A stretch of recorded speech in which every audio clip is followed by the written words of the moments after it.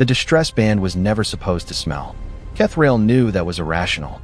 Vacuum carried no scent, and the observer deck of Relay Station Thrin 6 was filtered, sterile, and precise to the molecular level. Yet as the ancient waveform crawled across the hollow display, jagged, uneven, unmistakably crude, he experienced the phantom sensation of overheated insulation and burning dust. Primitive transmissions always did that to him. They felt fragile, mortal. The signal repeated every 12 seconds. Analog. No compression. No encryption. No routing header. Just desperation. He leaned closer, his crest fronds tightening as the station's acoustic translator rendered the waveform into sound. 3 short tones. 3 long. 3 short again. Each burst slightly distorted, as if the transmitter itself was failing. Origin, he asked. The station intelligence replied with its usual calm neutrality. Peripheral system designation, Pelith 3. Agricultural classification. Population, low technological development. Strategic value, minimal.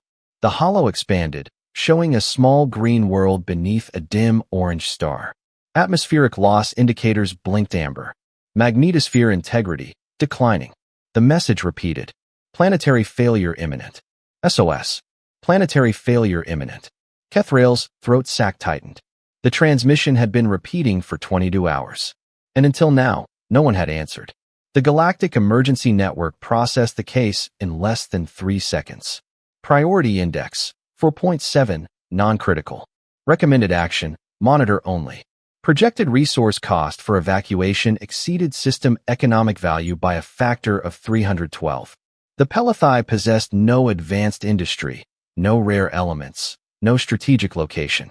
Their exports consisted primarily of methane grain and low-grade organics. Efficiently speaking, their extinction was regrettable, but acceptable. Kethrail authorized the standard automated sympathy transmission anyway. It was not required. He told himself it was simply thoroughness. The distress signal continued. Then a secondary alert chimed. Sharp, unexpected. External interception detected, the station AI reported. A new tag appeared beside the Pelith 3 signal. Recipient, Human Frontier Command. Kethrail froze. Humans were listed in council documentation as high-risk death world originators, a polite designation for a species with hazardous psychology, excessive risk tolerance, and a documented tendency toward emotionally driven operational decisions. Probability of response, he asked quietly. The AI paused longer than usual. Historical pattern suggests high. Kethrail felt that phantom smell again. 3 hours later, the long-range sensors lit up. At first it was only noise, drive wakes blooming at the edge of detection. Then the station resolved them into discrete signatures. 1, 3, 7, 14. Human vessels. Their trajectories were wrong. Not cautious insertion vectors, not energy-efficient curves. They were burning hard, accelerating past recommended stress limits, drive emissions flaring bright enough to overwhelm half the sensor array. Structural tolerance warnings appeared automatically. Crew survival projections dropped. They did not slow. Kethrail forwarded the data to the emergency council channel. The response came almost immediately, overlapping voices, alarm and disbelief rippling through the network. Authorization not requested. Resource expenditure unjustified. Target world holds no strategic. A pause. Then, from a senior analyst, quiet and unsettled. They aren't requesting authorization. Sensor estimates updated again. 23 human vessels now. More signatures emerging from jump space. Kethrail stared at the expanding cluster, at the reckless acceleration curves, at the ancient distress signal still repeating beneath it all. A new council message appeared, tagged urgent. Observer Kethrail, it read. Confirm, are the humans deploying a rescue fleet? He watched another drive flare ignite. Too bright, too fast, far beyond safety doctrine. Kethrail answered honestly. Yes. He hesitated, crest fronds flattening as the numbers climbed. And they are still accelerating. Across the council network, a single line of text began to spread, copied and forwarded faster than any official directive. Humans are mobilizing. For a world no one else had chosen to save. The first thing Admiral Elena Torres noticed was the silence. Not the mechanical quiet of a warship.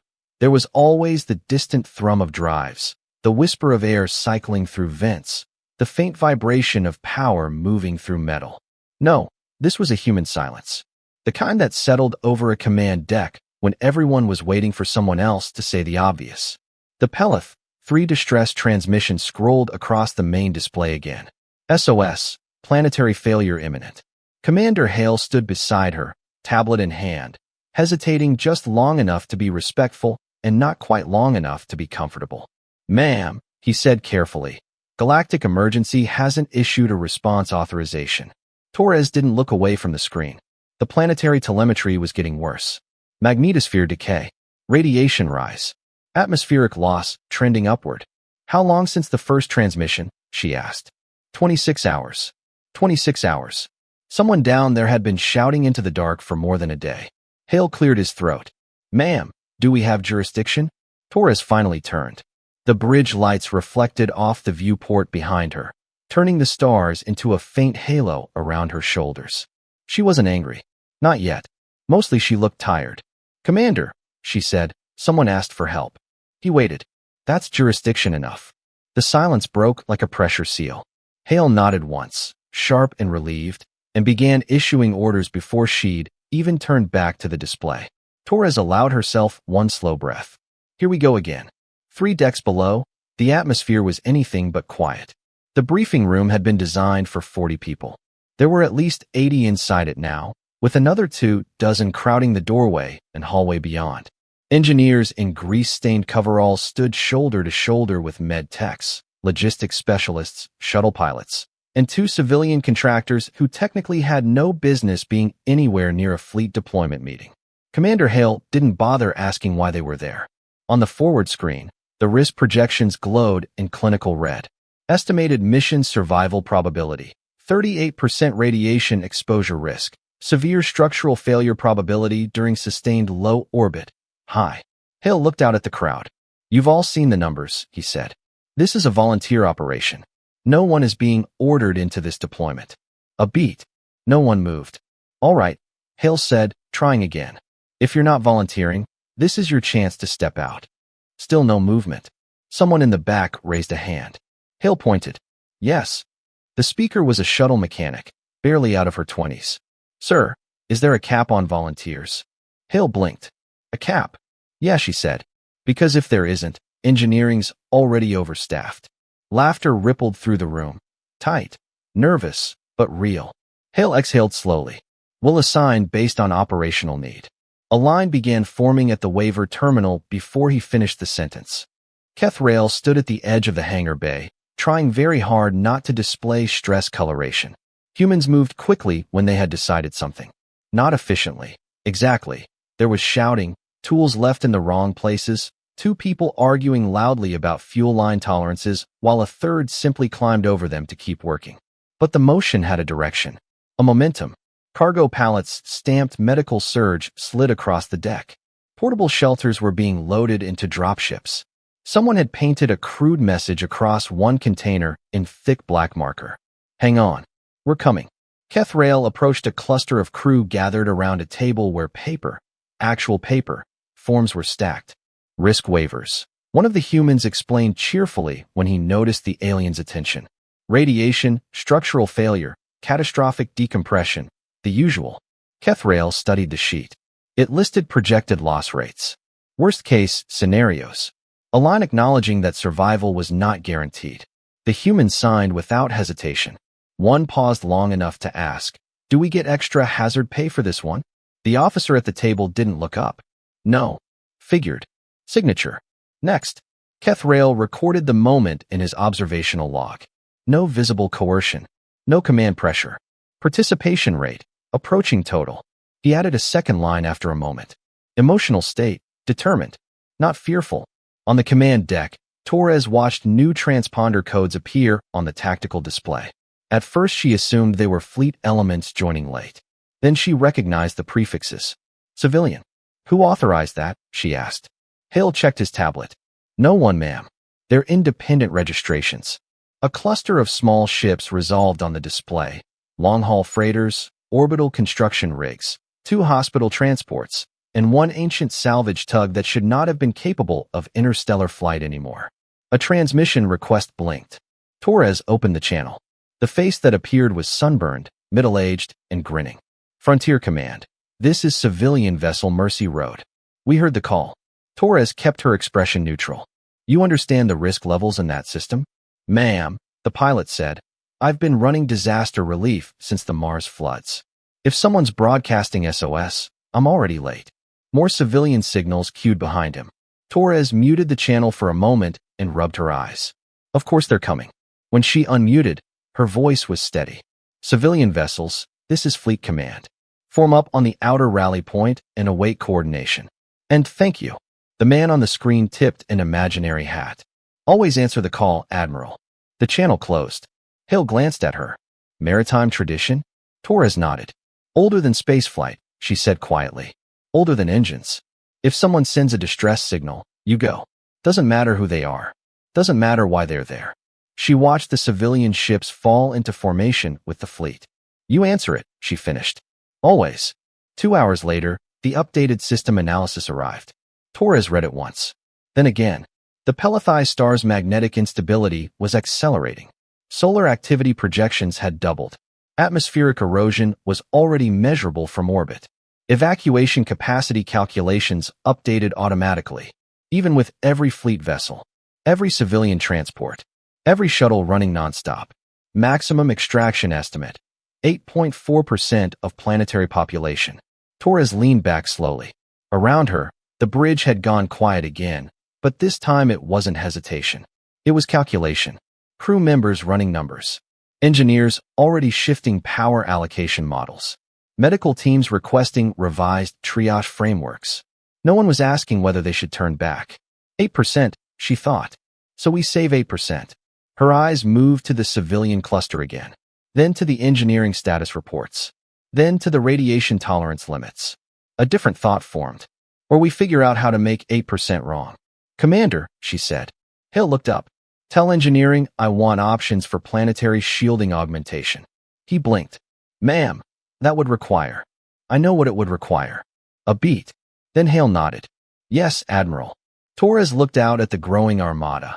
Military gray hulls mixed with patched civilian plating, hospital ships gleaming white among them. They weren't a task force anymore. They were a response.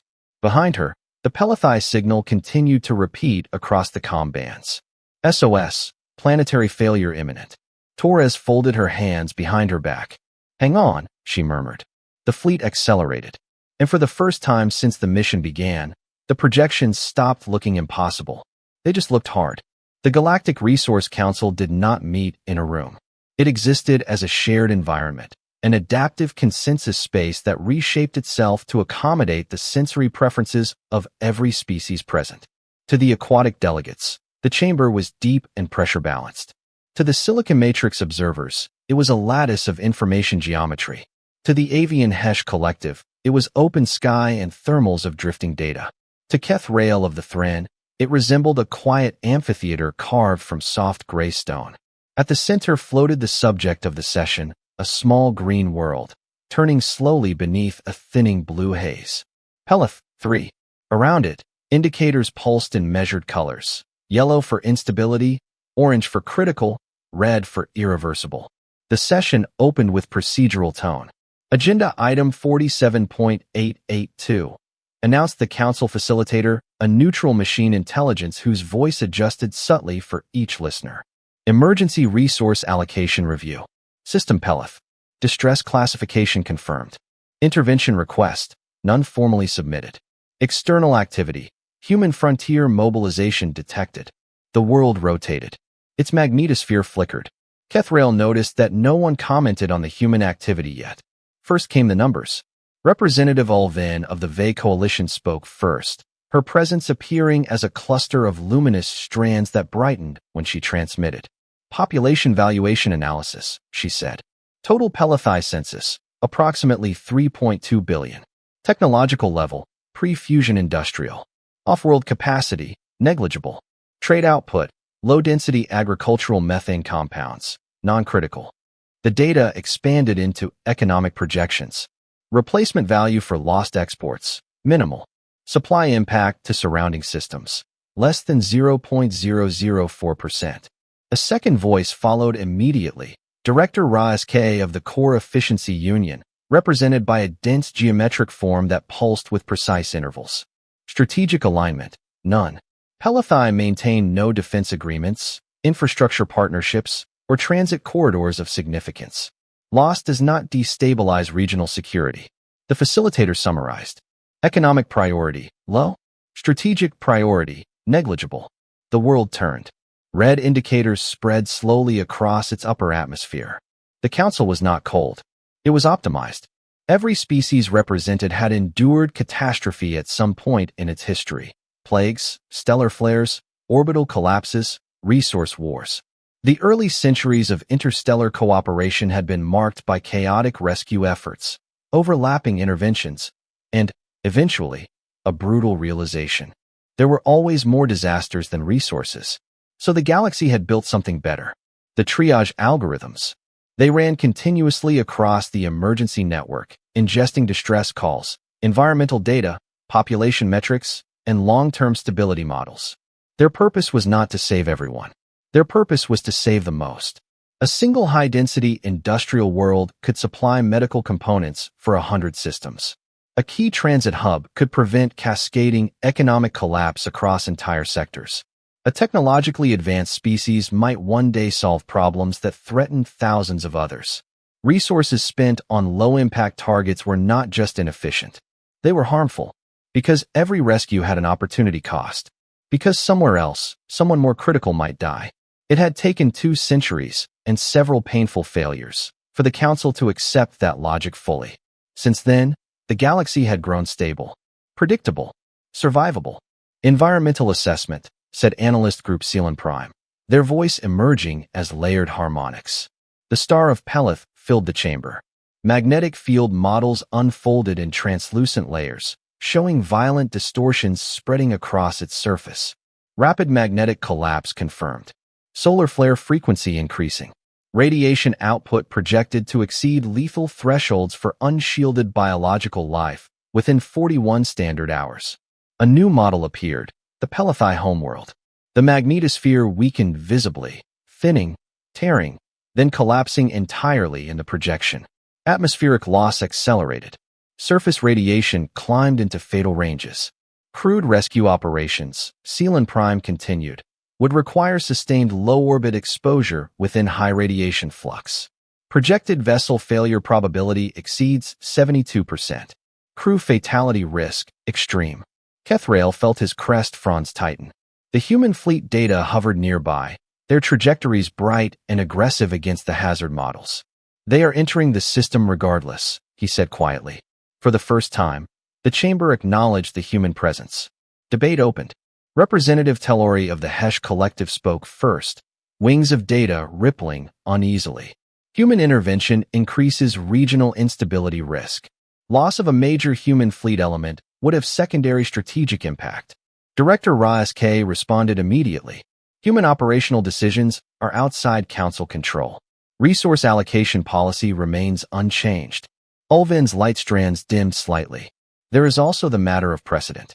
If inefficient rescues become normalized, triage compliance across member species may degrade. A smaller voice entered, Delegate Run of the Lethari, a species known for long-term cultural modeling. The Pelethi are sentient, Run said. Their extinction carries ethical weight beyond economic metrics. Raz K pulsed once. Ethical considerations are already integrated into valuation algorithms. Run did not respond immediately. Kethrael watched the Pelethi world rotate, its upper atmosphere now glowing faintly in the radiation model. He transmitted before he could reconsider. Observer note, he said. The distress signal has been continuous for 31 hours. They are aware of their extinction timeline. A pause. Then the facilitator asked, relevance. Kethrael hesitated. Context, he said finally. Voting protocols initiated. Each representative transmitted an allocation index adjustment request. The facilitator aggregated them in real time, projecting the results as shifting probability bands around the planet. Options displayed. Full evacuation mobilization, resource cost, catastrophic partial evacuation support, resource cost. High remote aid only, resource cost.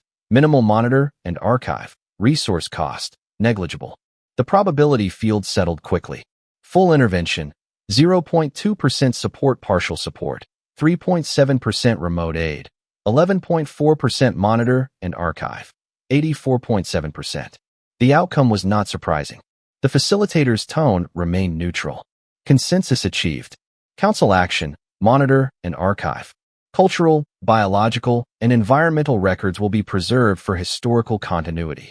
A final line appeared beneath the Pelithai world. Extinction event, pending. Silence settled across the chamber. It was not indifference. It was acceptance. After a moment, Senior Counselor Marith, one of the longest-serving delegates, their presence represented by a slow, steady pulse of deep amber, transmitted a final remark for the record. The efficient outcome, Marith said, is to document extinction. The statement entered the archive. The session closed. As the consensus space began dissolving, Kethrail lingered. The Pelithai world remained for a moment longer, turning slowly, its atmosphere thinning one fraction at a time. Then another data layer appeared beside it. Human fleet projections. 23 vessels. Then 24. Civilian signatures mixed among them. Their survival probability field glowed a deep, unstable red. Kethrail accessed the Human Operational Doctrine Summary. One line stood out, marked as a cultural constant. Distress signals receive priority response regardless of strategic value. He hesitated, then added a private observation to the session record. Human intervention is not aligned with optimization models. He paused. However, projected behavior indicates they will not withdraw. Far away, the Pelithai signal continued to repeat into the dark, and the Deathworld fleet kept accelerating toward a system the galaxy had already decided to remember, but not to save. The first thing the fleet saw was the aurora. It wrapped the Pelithai world in violent ribbons of green and white, beautiful at a distance and deadly up close. Radiation storms crawled across the atmosphere like living things, flaring and collapsing as the planet's failing magnetosphere struggled to hold shape. Sensor returns flooded the bridge of the flagship with warnings before the system even finished resolving. Admiral Elena Torres didn't need the alerts. She'd seen worlds in trouble before. Magnetosphere integrity? She asked. Down to 32% and falling. Hale replied, voice tight. Radiation flux in low orbit already exceeding projected limits by a factor of 2. Torres stared at the data. The atmospheric edge glowed faintly, where ionization was already stripping lighter gases away. Lightning storms crawled across entire continents. Orbital traffic was non-existent. They're earlier than the models predicted, she said. Yes, ma'am. Solar activity spike. We estimate full magnetosphere collapse in 40 hours. A new window opened automatically. Population, 3.2 billion total evacuation capacity, all fleet assets. 267 million revised survival projection, 8.1%. Torres felt the number land like weight. Start approach operations, she said. All ships radiation protocol Delta. Civilian vessels stay above high flux boundary until cleared. The fleet began to descend. Across the bridge, no one spoke about the number again. Elsewhere, across the network, the galaxy began to watch. Dozens of monitoring feeds opened as council observers and independent analysts tuned in. The human fleet appeared as bright signatures dropping toward a hazard zone most species would never enter with crewed vessels. Radiation thresholds marked in red were crossed one after another without hesitation. On Thrin Relay 6, Kethrail adjusted the gain on the live telemetry. Hull temperatures rising. Shielding loads spiking. Crew exposure counters ticking upward. They are entering lethal operational ranges, the station AI noted. Yes, Kethrail said quietly. The fleet did not slow. Low orbit over Pelith. 3 was chaos. Shuttles launched before the primary ships had fully stabilized. Dropships screamed through ionized air, their heat signatures trailing long scars across sensor feeds. Emergency broadcast channels lit up as human controllers flooded the spectrum with simple instructions translated into Pelithai chemical audio patterns. Shelter zones marked by beacon light. Remain calm. Evacuation rotations ongoing. Assistance incoming. On the surface, calm was a fragile concept. Pelothai population centers glowed with movement. Billions of methane breathers abandoning structures not designed for radiation shielding, crowding toward beacon points, their communication networks saturated with fear. In the Capitol Dome, Chief Coordinator RelTH watched the sky burn. At first, they had assumed the incoming signals were automated probes. No advanced civilization would send crew into a collapsing magnetosphere. Then the first human shuttle broke through the cloud layer. Then another, and another. RelTH activated the planetary broadcast channel, voice trembling through the translator matrix. External fleet, they transmitted. Clarify intent. Radiation levels exceed survivability thresholds. Your losses will be severe. The reply came from orbit, steady and immediate. Pelothai leadership, this is Human Fleet Command. We are initiating evacuation and surface support operations. RelTH hesitated. You cannot evacuate the full population, they said. Your resources are insufficient. Survival probability for planetary species remains low. There was a brief pause on the channel. Not long enough to be uncertainty, just long enough to be human. Then the response came. We don't measure rescue by percentage. On the flagship, Torres watched shuttle loss probabilities update in real time. One dropship reported shield degradation. Another requested emergency coolant venting. Medical teams reported the first cases of acute radiation exposure among flight crews. Keep rotations under 6 minutes surface time, she ordered. No hero runs. Hale glanced at the casualty projections climbing in the corner of his display. We're already past recommended crew exposure limits for sustained operations. Torres didn't look at him. I know. Around them, the tactical display filled with motion. Civilian transports were being assigned orbital holding patterns. Engineering vessels were deploying field generators at Lagrange points. Hospital ships began triage intake before the first full evacuation cycles were even complete. And still the number sat there. 8%.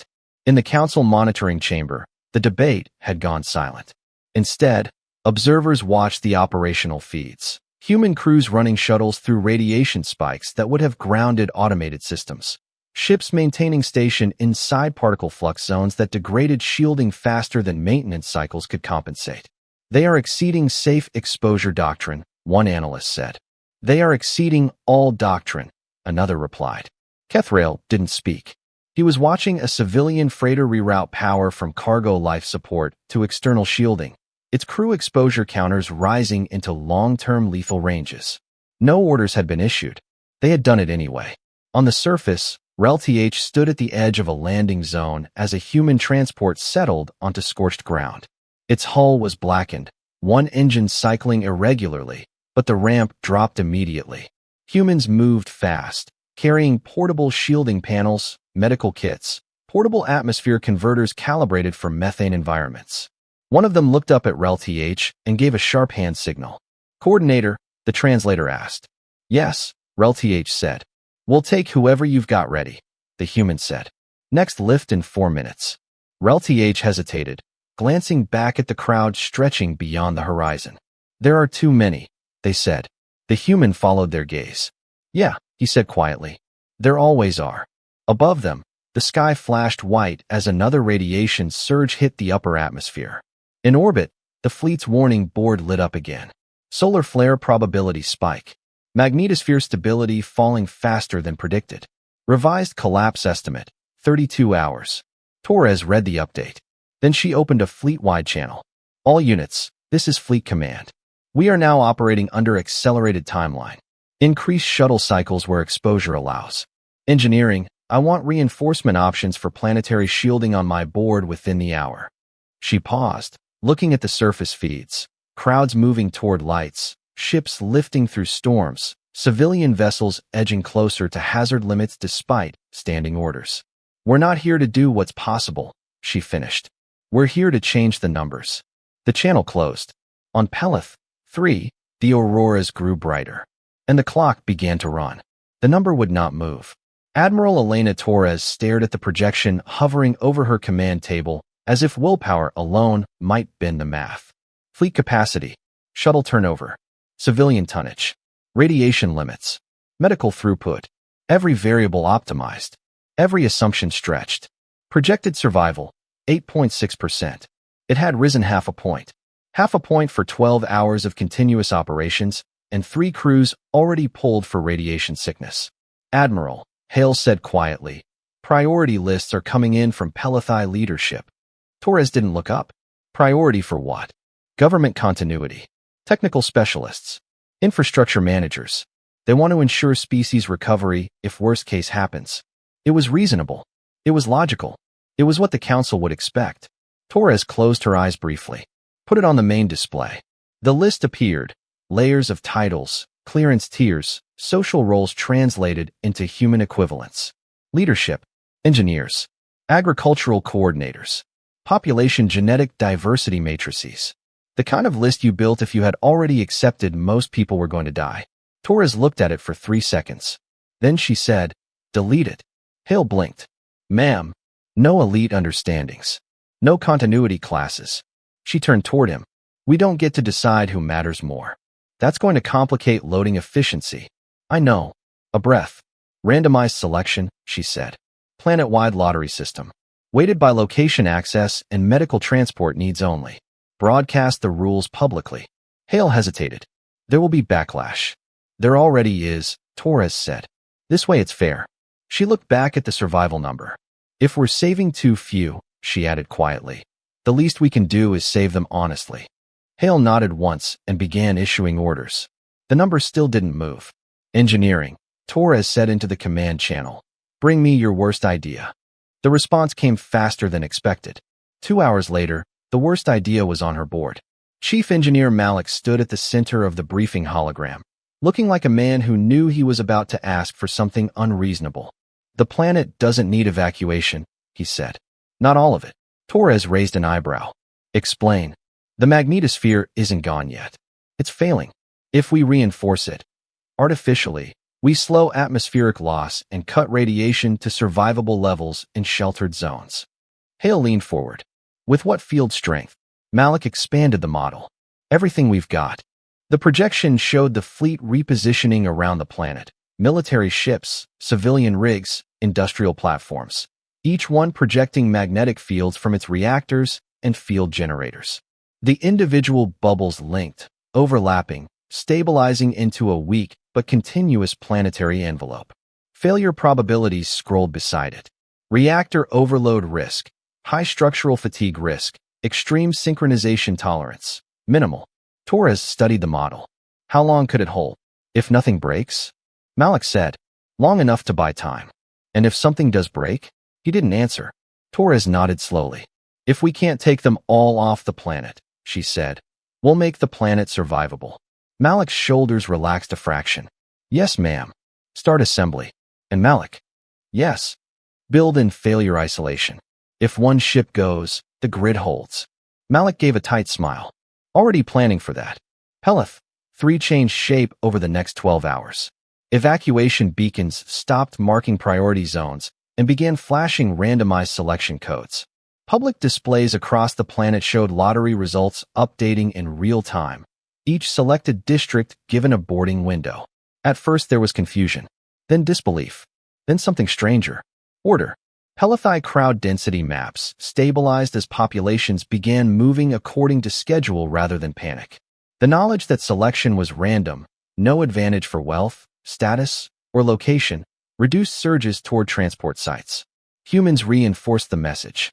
Civilian communications ships flooded the atmosphere with repeating audio patterns, slow rhythmic tones designed to regulate breathing cycles in methane breathers. Visual beacons pulsed in synchronized waves, guiding movement like a planetary heartbeat. On one frequency, human voices broadcast simple translated phrases over and over.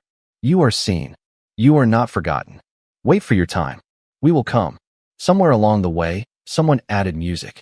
Kethrail detected it first as harmonic noise in the command frequencies. A soft, repetitive melody played continuously across wideband channels, layered beneath evacuation instructions. Purpose? He asked the monitoring AI. Human behavioral regulation technique, the system replied. Documented stress reduction response. He listened to it for several minutes. It did seem calming. In orbit, the cost was becoming visible. Human ships glowed along their spines as heat radiators extended to maximum. Several vessels vented coolant in shimmering clouds, the loss acceptable compared to reactor shutdown risk. Crew cycle reports showed exhaustion thresholds being exceeded across multiple ships. Medical teams began administering stimulant rotations normally reserved for combat emergencies. One civilian refinery vessel exceeded structural tolerance by 14% and remained in position anyway. Recommend withdrawal. A council analyst transmitted to the observation channel. The ship did not move. Kethrail noticed something else. No ships had failed yet. On the flagship, Torres watched the first segments of the artificial magnetosphere grid come online. Weak at first, fragmented, then stronger. Atmospheric ionization readings dropped by 2%, then 4%. She allowed herself one slow breath. Synchronization status? 73% of planned nodes active, Hale said. Full grid projection in 3 hours if no failures. If, Torres repeated. Across her display, the lottery numbers continued updating. Shuttle traffic surged in organized waves. Ground panic levels remained lower than any projection model had predicted. Fairness was slower, but fairness was stable. In the council network, something unusual happened. Several observers who had initially opened the human feeds for analytical review did not close them. Delegate Run of the Lethari transmitted a private query to Kethrail. Is the lottery confirmed? Yes, Kethrail replied. Selection appears statistically random. Even leadership? Yes. There was a long pause. Then Rin transmitted again. They are sacrificing recovery efficiency. Yes. Another pause. Why? Kethrail considered the question. On his display, a human shuttle lifted through a radiation flare, carrying a random cross-section of Pelathi. No titles, no identifiers, no priority tags. I believe, he said slowly, they are optimizing for something else. Around Pelath 3, the grid expanded. One ship at a time, one risk at a time. And for the first time since the operation began, the survival projection did something it had not done before. It began to climb. For 6 hours, it worked. The artificial magnetosphere grid stabilized into a fragile shell around Pelath 3, its strength uneven but measurable. Radiation levels dropped in sheltered zones. Atmospheric loss slowed. Evacuation cycles continued without interruption, guided by the planetary lottery that now updated every 3 minutes. On the flagship, the survival projection climbed past 12%. Not good, but no longer impossible. Grid integrity holding at 61%, Hale reported. We're seeing localized shielding peaks over high-density population centers. Torres nodded. Keep the industrial ships anchored to those nodes. If we lose coverage, we lose crowd stability. Below them, Pelathi cities had reorganized around the new protection zones. Shelter construction accelerated, guided by human engineering teams deploying prefabricated radiation barriers. The music broadcasts continued. Shuttle traffic ran like clockwork. For the first time since arrival, Torres allowed herself a dangerous thought. We might actually buy them time. Engineering pushed harder. Several ships increased reactor output beyond recommended limits to reinforce weak grid sectors. Civilian vessels volunteered additional power sharing. One aging cargo carrier rerouted life support redundancy to its field generator, accepting higher internal risk to stabilize a shelter zone below. The grid brightened. The models improved. And in the star's outer atmosphere, a magnetic knot slipped loose. The flare hit 9 minutes later. It began as a spike in the solar monitoring feeds, sharp, fast, outside the forecast envelope. Automated alerts cascaded across the fleet before anyone finished reading the first line. Solar event magnitude exceeding model limits, Hale said, voice already tight. Estimated arrival. The sensors saturated. Then the wave arrived. From orbit, Pelath's atmosphere erupted in white fire as charged particles slammed into the weakened magnetic shell. The artificial grid flared brilliantly for half a second, every ship dumping maximum output into the field. Then the first node failed. Civilian vessel Harbor Light reported reactor instability and went dark. A cascading overload followed through its linked synchronization cluster, tearing a hole in the grid across an entire hemisphere. The second failure came 30 seconds later. A fleet engineering ship held its output 3 seconds too long. buying time for a shelter evacuation below. Its reactor containment did not recover. On the flagship, alarms merged into a single continuous tone. Grid integrity down to 34%. Hale shouted. Radiation surge across all exposed zones. Torres gripped the command rail as the planetary display shifted from yellow back toward red. On the surface, the auroras turned violent. Shelter zones that had been stable for hours suddenly flooded with lethal radiation. Evacuation lines dissolved into chaotic movement as Pelathi populations abandoned compromised areas all at once. The music broadcast faltered when two communication relays tripped offline. For several minutes, there was no rhythm, only panic. The first misunderstanding came from the shelters.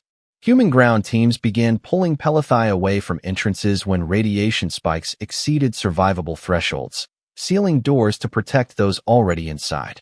To the Pelathi outside, it looked like the rescuers had changed their minds, closing protection to save a chosen few. Crowd density surged. Order fractured. The second misunderstanding came from orbit. When several human ships vented coolant and began rotating to distribute heat damage, Pelathi surface observers interpreted the maneuver as withdrawal.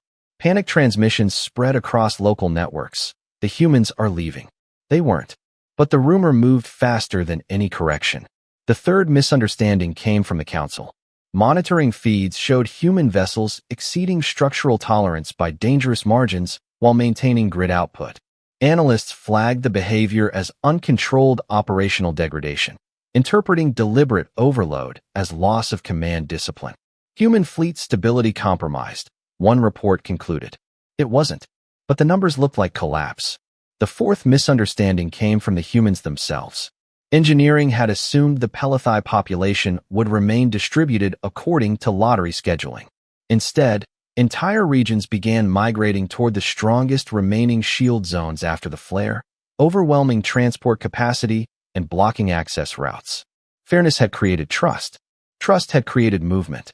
Movement had broken the model. By the time the flare passed, the grid was half gone. 2 ships were confirmed destroyed. 6 more reported critical damage. Radiation exposure across multiple crews exceeded emergency medical thresholds, forcing entire teams into isolation. Survival projection dropped. 12%. 10. 9. On Thrin Relay 6, the Council session reopened without formal announcement. Revised mission viability estimate. 18 hours, Sealan Prime reported. After that point, crew degradation and structural loss will reduce operational capacity below sustainable levels. Director Ra-SK transmitted first. Human withdrawal should be advised.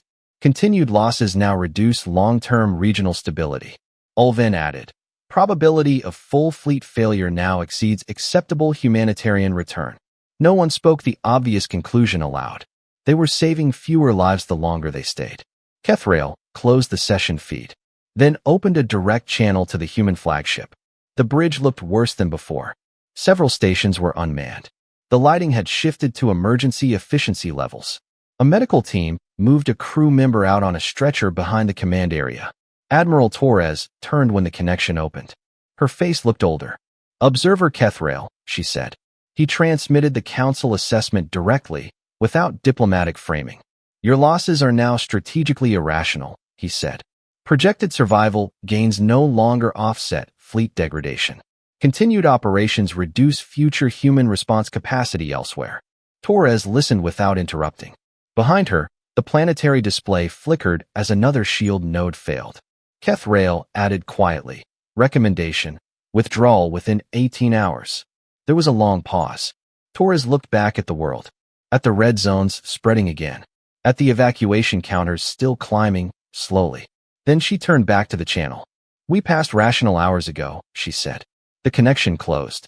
On the Council feed, the survival projection dropped again. 8.7%. Almost exactly where they had started. The grid was dying by degrees. Each failure was small on its own.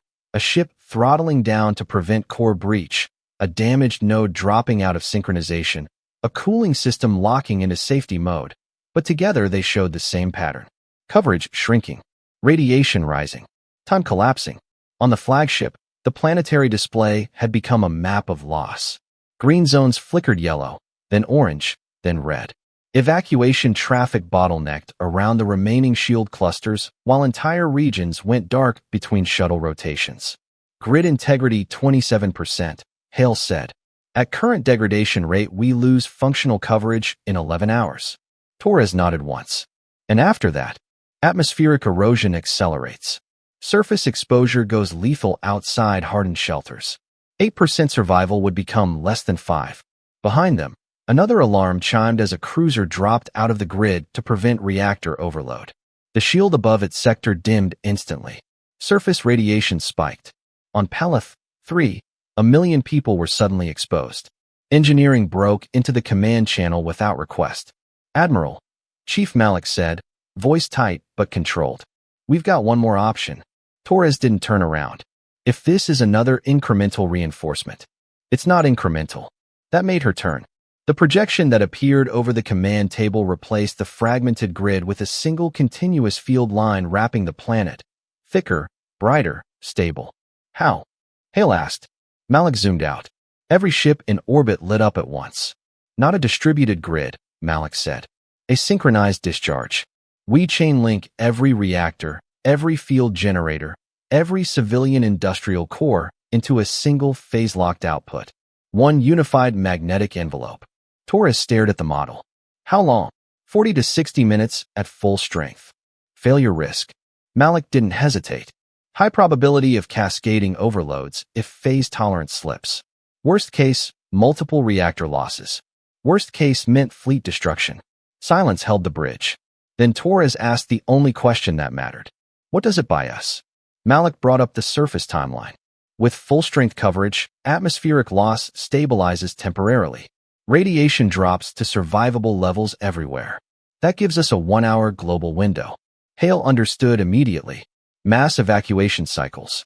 And time to seal the underground shelters, Malik added. If they're closed under full shielding, they hold.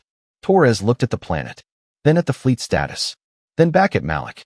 Can we synchronize civilian reactors? Malik nodded. We'll need voluntary compliance. And they'll be taking the same risk. Torres opened a fleet-wide channel. Her voice was calm. We're going to hold the whole sky, she said. The response came faster than any command. Civilian ships acknowledged first. A mining platform transmitted, tie us in. A hospital transport. We'll manage internal loads. Hold the line. The old salvage tug that shouldn't have been there at all sent a text burst instead of voice. Reactors older than me. Still works. Use it. Fleet vessels followed. No objections. No requests for reassignment. No inquiries about priority positioning. Crew status feeds updated automatically. Radiation exposure, elevated. Fatigue levels, critical in multiple departments. Withdrawal requests, none. One logistics officer quietly opened a secondary channel to civilian traffic. You understand this may overload your cores, she said. The reply came from 3 ships at once. We heard the call too. Synchronization began. Technically, the maneuver was brutal. Each reactor had to phase-match output frequency within fractions of a percent while routing power through field generators never designed for planetary-scale projection. Thermal loads climbed immediately. Radiator systems extended to maximum. Several ships began venting coolant continuously, leaving drifting clouds that glittered in Paleth's auroras. Phase alignment at 40%, Malik reported. Field coherence forming. Below, Shuttle Command began preparing for surge operations. Every available craft moved into position. Ground teams received the same message on repeat. Global window approaching. Maximum load cycles. Seal shelters on final rotation. On Paleth 3, the sky began to change. First the auroras dimmed. Then the radiation alarms slowed. Then, slowly, steadily, the upper atmosphere stopped glowing. Phase alignment 72%, Malik said. Sweat ran down his neck despite the cooled air. We're riding tolerance margins. One civilian freighter reported a coolant pump failure and stayed online anyway. A destroyer exceeded structural thermal limits by 12%. No one disconnected. Phase alignment 91%. The planetary display shifted. Red faded to orange. Orange to yellow. Then, for the first time since the crisis began, the entire world turned green. Full field achieved, Malik said quietly. The magnetosphere enveloped Paleth 3 like a second skin, stronger than its failing natural field, smooth and continuous across both hemispheres. In orbit, reactor load screamed. On the surface, evacuation traffic exploded into motion. Shuttles landed and lifted in overlapping waves. Shelter doors sealed continent by continent. Population counters surged upward faster than any projection model had allowed. Torres watched the time. 40 minutes. Then 32. Then 20. Thermal margins failing across multiple nodes, Hale said. We're losing tolerance. Hold it, Torres said. A cruiser reported internal fires in its power routing. A civilian refinery shut down half its internal systems to keep output stable. 17 minutes. On Peleth 3, the last open shelter doors closed. Surface seal confirmation coming in, Hale said, voice shaking now. Evacuation cycles finalizing. 10 minutes. Then Malik said, we're at the edge. Torres nodded once. Disengage synchronization. Controlled ramp down. One by one, the fleet disconnected. The artificial field weakened, but the shelters were sealed, the atmosphere stabilized, and the worst of the radiation surge had passed. Peleth 3 was no longer dying all at once. It was survivable. Across the galaxy, the sensors struggled to categorize what they had recorded. A fleet-scale power synchronization event. Planetary magnetic field generation. Atmospheric stabilization through distributed civilian and military reactors. No known doctrine supported the maneuver. No optimization model had predicted it. On Thrin Relay 6, Kethrail replayed the telemetry 3 times. He watched civilian ships exceeding safety limits without command authority. He watched military vessels hold output past failure thresholds. He watched the moment the entire fleet became, functionally, a single machine. Then he opened his observational log. Human fleet executed full reactor synchronization at catastrophic risk probability. He paused. On the feed, Peleth 3 turned slowly beneath a restored magnetic glow. They risked fleet-level loss. Another pause. He added the final line. They risk extinction-level loss for strangers. And for the first time since the crisis began, the survival projection rose faster than the casualty reports. When the last synchronization node powered down, the fleet did not cheer. Most of the ships were too busy staying alive. Across the formation, reactors ran hot long after load dropped, their cores bleeding off accumulated stress through emergency cooling cycles. Radiator wings glowed dull red against the dark. Several vessels drifted slightly out of alignment as damaged attitude systems struggled to compensate for warped structural members. Thermal stabilization ongoing, Hale reported quietly. We've got 3 ships in automatic shutdown, 2 more on manual core management. On the tactical display, some icons had changed color. 2 were gone entirely. Another 4 flickered with damage indicators severe enough that they would never leave dock again after this mission. Torres stood at the forward rail and watched Peleth 3. The artificial envelope had faded, but the atmosphere held. Surface radiation levels were still high, but no longer catastrophic. Underground shelter networks were sealed across every major population center. Orbital transports continued steady rotations, now moving medical supplies and long-term life support rather than emergency evacuees. Final survival estimate, 61.8%. Hale let out a breath he hadn't realized he was holding. We beat the model, he said. Torres nodded once. Behind them, a medical team escorted a shuttle crew onto the bridge for a brief systems consultation. Both pilots pale from radiation treatment, moving carefully but refusing rest until their ship was secured. No one clapped when the number crossed 62. Instead, someone in engineering quietly transmitted a fleet-wide message. Grid held. They're stable. Good work. One by one, acknowledgements came back. Not celebration, just relief. On the surface, Pelethi leadership waited until atmospheric loss rates had remained stable for 6 consecutive hours before transmitting their planetary broadcast. The signal went wideband, open to the entire emergency network. Chief Coordinator RelTH stood inside a reinforced shelter command center, the walls behind them covered in real-time survival charts and resource allocation maps. Their translator voice shook only once before stabilizing. To the Galactic Council, they began. Peleth 3 remains inhabited. Data followed the statement. Population survival counts, atmospheric stabilization curves, shelter integrity metrics, radiation survival projections. The numbers were verified automatically by independent monitoring systems. Then RelTH continued. You calculated that our extinction was efficient. You calculated that intervention would waste resources. You calculated correctly, according to your system. A pause. The next line was not translated immediately. When it was, the linguistic AI flagged the phrase as emotional emphasis. The Deathworlders did not come to save the valuable, RelTH said. Behind them, a camera feed showed shelter populations, millions of Pelathi alive inside reinforced caverns, temporary habitats, and human-designed radiation bunkers. They came to save the living. The transmission ended there. It spread across the network faster than any official communique. On Thrin Relay 6, Kethrail replayed the evacuation data instead of the speech. Lottery distribution records. Population density equalization curves. Shelter placement patterns. The human approach made more sense when viewed operationally rather than emotionally. Fair selection had reduced panic spikes, which reduced transport disruption. Mass shelter construction had lowered evacuation demand, which preserved fleet capacity. Civilian volunteer integration had expanded reactor availability, which enabled the planetary shield event. None of it had been efficient at the beginning, but together, the system had become resilient. He opened a comparative model and ran a council standard elite priority evacuation simulation using Peleth 3's data. Projected survival, 18 to 24%. He ran a strategic genetic preservation model. Projected survival, 9%. He ran the human method, 61.8%. Kethrail stared at the result for a long time. Then he added a note to his cultural analysis. Human decision frameworks prioritize social stability as a primary survival multiplier. In orbit, the human fleet began to withdraw. It did not look like a victory formation. Several ships required towing assistance from civilian-heavy platforms. One destroyer remained in permanent low-power mode, its reactor deemed flight-capable but operationally unsafe.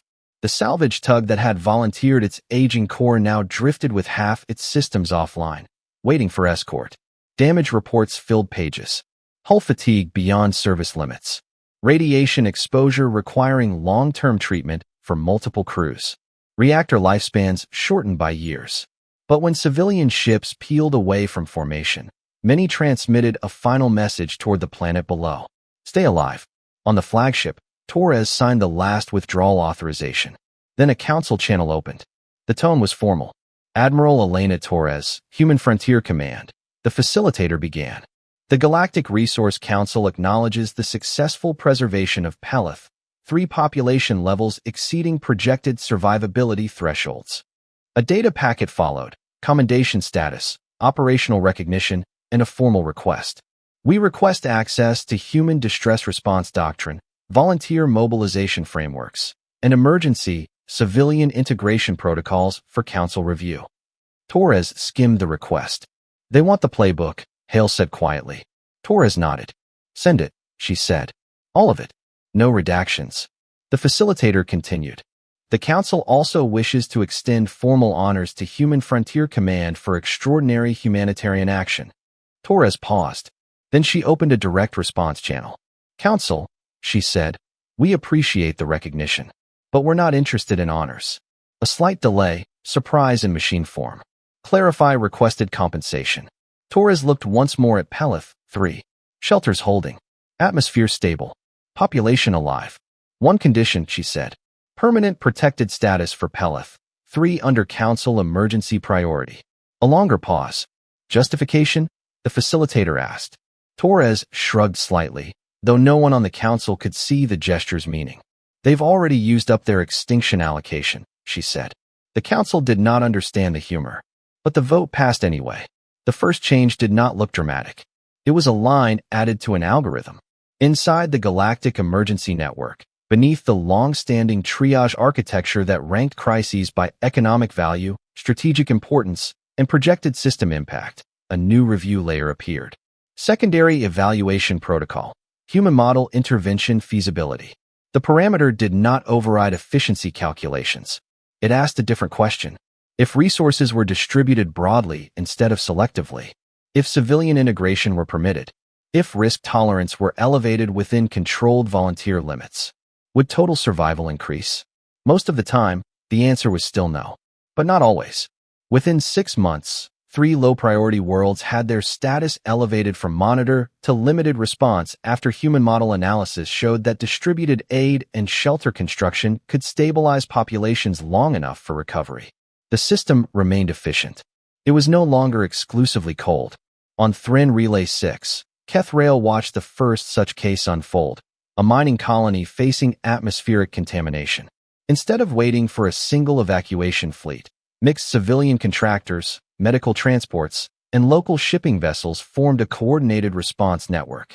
The operation ran slower than a standard council intervention, but more people lived.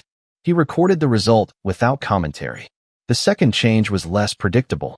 It came from the volunteers. Human-civilian networks had always operated informally, responding to disaster signals through professional associations, independent relief organizations, and what their documentation described simply as people who showed up. Other species had never considered such a system viable. Until Pelith 3. Within a year, 3-member civilizations authorized experimental risk pool registries, databases where private vessels, industrial platforms, and medical facilities could pre-consent to emergency deployment within defined hazard limits. Participation was initially low. Then a transport guild from the VE coalition enrolled its entire civilian fleet after calculating the insurance benefits of coordinated disaster response. A core industrial union followed, framing the program as infrastructure resilience rather than humanitarian action.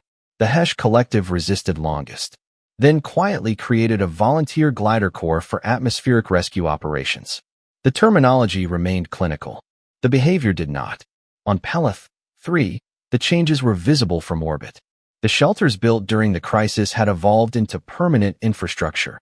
Deep cities reinforced against radiation spikes, atmospheric fluctuations, and long-term environmental instability. Human engineering designs had been modified for Pelithai physiology, then improved further by Pelithai architects. Above them, a small orbital platform maintained constant communication with the emergency network. Not a military installation, a signal station. Once per standard year, at the exact time the original distress call had first been transmitted, the platform broadcast a short message across wideband frequencies. SOS. Pelith 3. The signal lasted 12 seconds. Then it stopped. Within minutes, a human vessel, sometimes military, sometimes civilian, sometimes a ship that happened to be passing through the sector, would respond on open channel. Pelith 3. This is human traffic. Signal received. The exchange had no operational purpose. But Pelithai population stress indicators dropped measurably every time it happened. They called the day Signal Day. On the second anniversary, Kethrail attended remotely. He did not include the emotional data in his official report. Instead, he published something else. His cultural analysis circulated first among council research divisions, then across member networks. The title was Clinical: Operational Risk Behavior in Deathworld Origin Species. The conclusion was not.